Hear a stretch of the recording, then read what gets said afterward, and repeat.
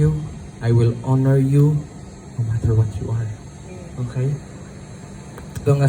As long as you praise the Lord, as long as you worship the Lord, as long as you serve the Lord, mamahalin kita. Mamahalin kita. And marami tayong pinagdaanan, alam mo yan.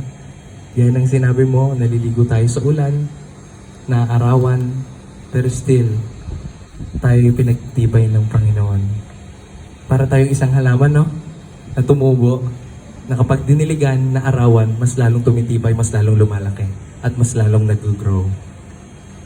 At, ayun, gusto ko lang sabihin sa'yo na hindi lang ikaw yung mamahalin ko dahil may mas una akong minahal para maparamdam ko sa'yo yung pagmamahal ko.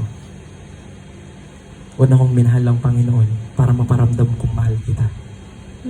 I will serve the Lord until it lasts.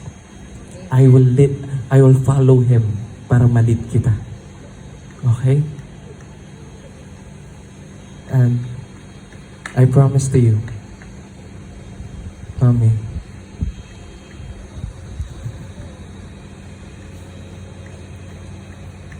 kahit puro tayo iyakan, mamahalin kita. Kahit di ka marunong magsaing, mamahalin kita. Kahit di ka marunong magluto, ako na lang magluluto para sa'yo. Kahit di ka marunong maglaba, ako na rin maglalaba para sa'yo. But I know na ituturo sa atin to pareho ng ating Panginoon. Para sa iisang layunin, kundi para sa gloria lang ng Panginoon.